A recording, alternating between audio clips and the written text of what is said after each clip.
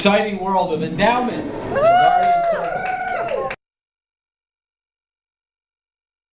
I have ongoing questions. We don't get ahead of the schedule. Embedded. Put a strong financial foundation underneath the operations of the synagogue.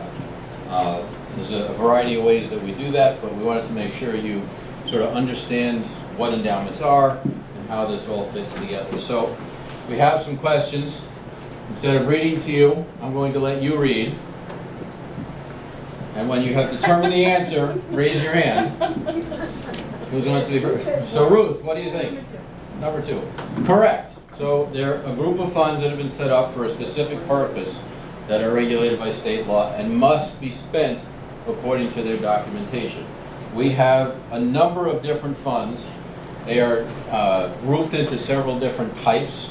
And with that, I'm going to hand those around. So we have a lot of different funds. Some provide scholarships, both to members of our synagogue and outside of our synagogue. Some are flower funds that pay for the flowers on Shabbat or on Rosh Hashanah, etc. There's a variety of program funds or activity funds to support different programs throughout the year. The Singer Concert Series would be one of them. And then there's a variety of funds that support the operation of the synagogue, and those monies go directly into the budget. What I handed out to you is sort of a front and back. One side says, on the top, schedule of temporary restricted net assets, and this is as of the end of the last fiscal year. So our fiscal year ends in June. So this is of June 2015, and this gives you how much is in each fund as of last year. And your total is about $3,200,000. And on the other side, it says schedule of revenue and expenses. So that gives you an idea of how much donations, investment income, so revenue that are going into those funds and expenses that are coming out of those funds. So we are continuously working to make sure the funds are being used according to their purpose and not according to their purpose. That different committees are involved in raising funds, like TCSC does a big mailing and fundraiser for the TCSC program, but the endowment committee is working on raising some new endowments along the way. So, next one, how are funds invested? Who's got an answer for me? Heather. I think they're kept in the closet behind the beamer. Absolutely, there's a special closet back there. So funds are invested with an investment advisor and with an investment policy. So Jenny Montgomery Scott is our investment advisor. In the in the budget packet that was handed out, one of the pages in there is a summary statement from Jenny, and that shows you a total of how much money is in those funds. Understand, I guess, a little history. When I was treasurer back in the 1990s, before Rick was president, each fund was kept in its own passbook savings account. And every month our bookkeeper went to the bank and they wrote in the interest. I am proud to say that we have moved beyond that into this century. And each fund, all of the funds, the money is commingled into one account. We keep track of it in QuickBooks, so we know how much belongs to each fund. And they are invested so we can balance our portfolio and mitigate as much risk as possible. Currently, we're invested approximately 60% in bonds, 40% in stocks. And then a few years ago, the board decided to move some into preferred stock, which sort of operates like a hybrid between the two. We have just started reviewing the portfolio against a benchmark that Jani has provided for us to see whether they are doing a good job in making us money versus what's happening in the market. So there's a lot of, there will be movement in this year in updating our investment policy. So as board members, you should expect to see that. I can't tell you, ideally, what we're trying to do is create ranges as opposed to absolutes. So based on what's going on in the market, we might have 40% in bonds instead of 60%.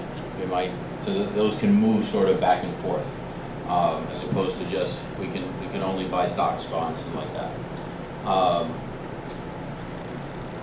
Next question: how do we decide what can be spent? Eric, what is your answer? It depends on the fund and how the money is to We have be. choice of three. Oh, when the Yeah.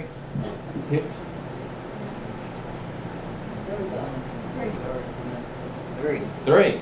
Outstanding. We follow state law and the fund documents. Sometimes these fund documents are confusing. They can contradict themselves, but we typically have the following spending policy. A 1% fee is charged to each fund. Now understand, within these funds, these are what's called restricted funds. Once the money is in there, it can be used for that purpose. So part of the documentation is that we can charge a 1% fee that goes to offset administering all of these funds. There are certain reporting requirements, bookkeeping, etc. So that goes into the operating budget, and I don't remember, what's it called on the line item? Do you remember, Pete? It doesn't say the 1% fee. I think it says endowment management or something like that. So in addition to that, we have created what's called a payout rate. Part of the problem when you have a commingled portfolio is some things are earning interest, some things are appreciation. It's not just a clear interest amount. So based on what the portfolio earns over time, the endowment committee sets a payout rate, which is currently at 5%. Our goal is to keep that extremely stable so that the same amount or similar amounts are coming out of each fund each year. And then You don't look at a rolling average? we're getting there. Oh, sorry. We started with the payout rate. Just, Great. is 1% just the management fees of the fund, or is that on top of the management fees? That is what essentially the synagogue charges itself. So remember, the income that comes into these funds cannot go directly into an operating account. So in the cost of administering them, that offsets the cost of the bookkeeper and the executive director, etc. So it moves from the revenue on the endowment side into revenue on the operating side. So then Okay. what kind of? So Jack, a very low, actually they're not charging us an active management fee at this point. I think we're overall in the portfolio, so it's an extremely low fee. A good thing, you know, I would rather, instead of spending a penny to make a nickel, I'd rather spend a dime and make a quarter. So that's part of what is in the process of being evaluated. So we may see some changes in how that goes together. So each year we determine the payout rate. Some of the funds allow us to use principal, some do not. So through the budget, into the budget, which then eventually comes to the board for approval. Each time expenditures must be for the stated purpose of the fund per the document. And depending on which fund it is, believe it or not, different people have authority. Sometimes it's the endowment committee, sometimes it's the rabbi, sometimes it's the board, sometimes it's the president, sometimes it's different people, or different combinations thereof. So unfortunately, it is a little confusing, but as these expenditures come through, we try and confirm that the documents are being filed at the endowment committee, are being followed before it gets to the board. Okay?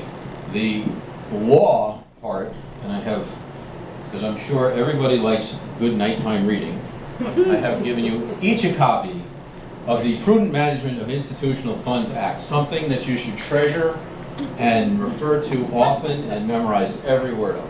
This is the New York State law that we have to comply with.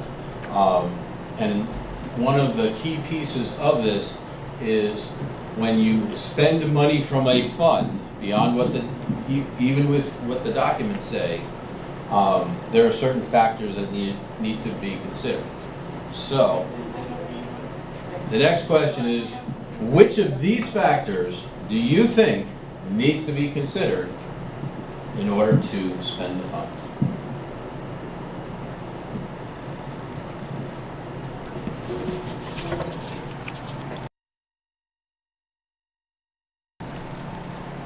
Mike?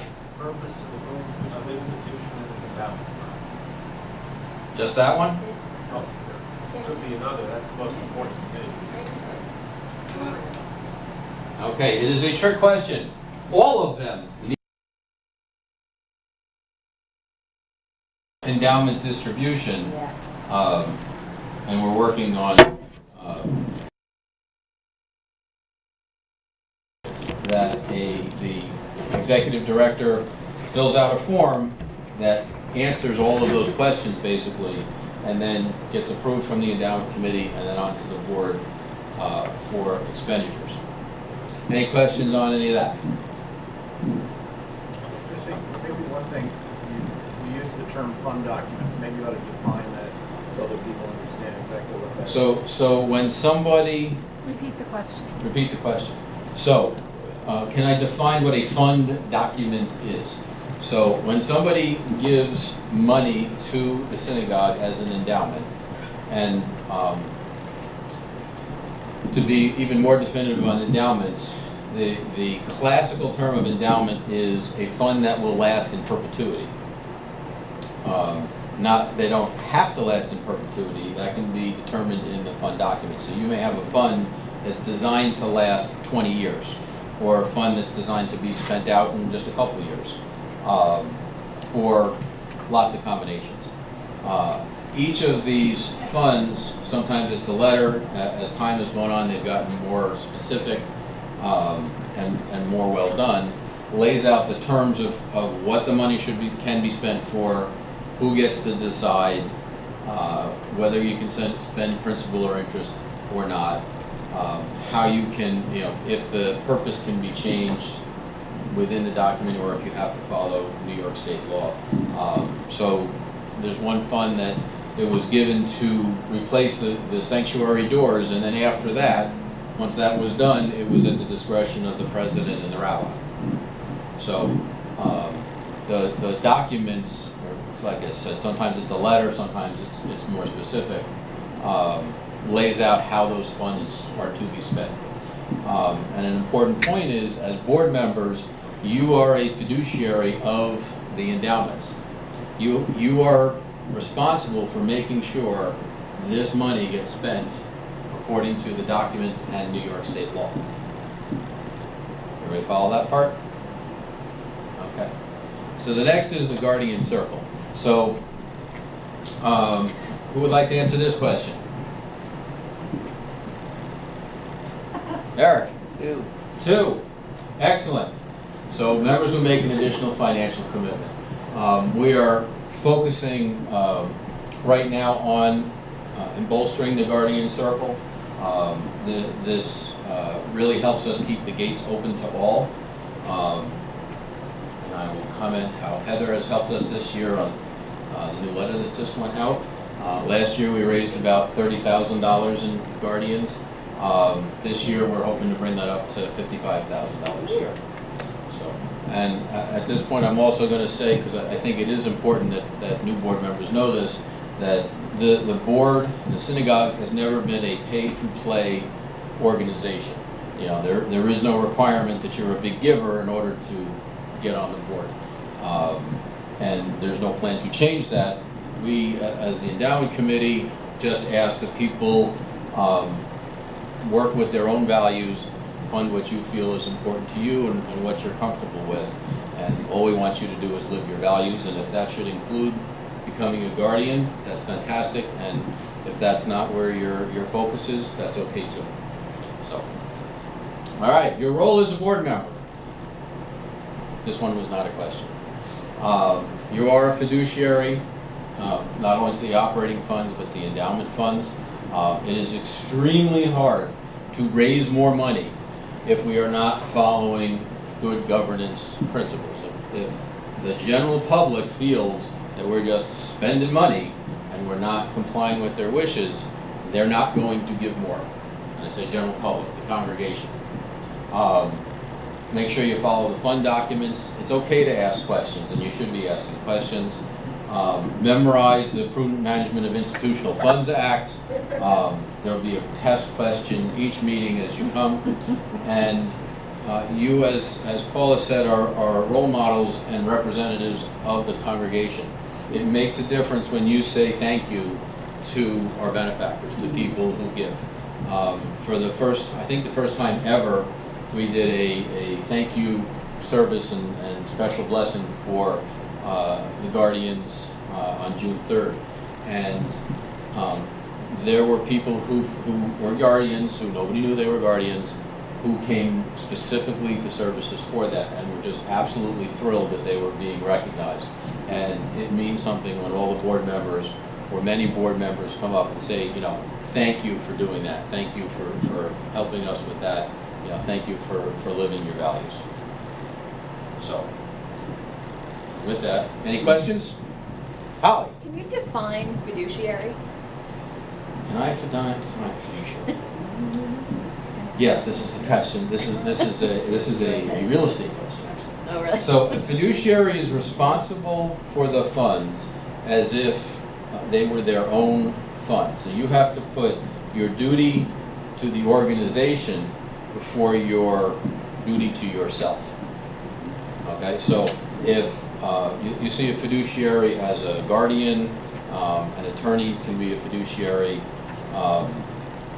So if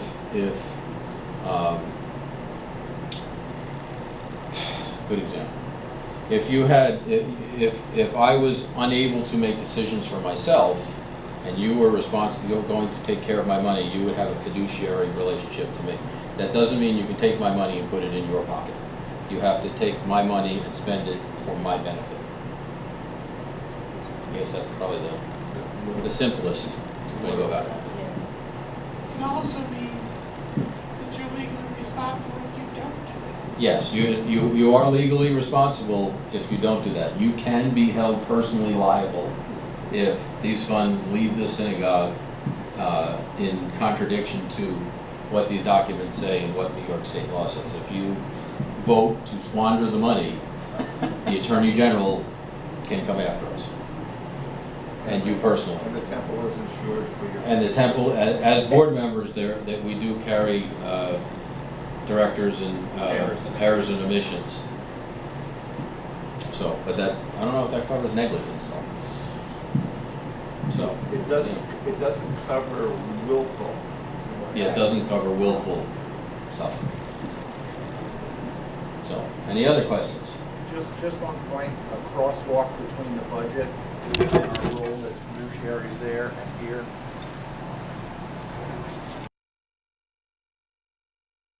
Acting in an appropriate manner in terms of what we propose to them and what we're spending on and how we spend it, because that could have an impact on the work that Jesse and the committee is doing in terms of, well, if the congregation doesn't feel that we're using the basic membership fees that we're collecting from them in an appropriate manner, then that's going to have an impact on Jesse and the committee's ability to raise, because who's going to give money if they feel that the basics are not being addressed appropriately? So there is a crosswalk that exists between the two processes. So, also, $3.5 million or so sounds like a lot of money. It is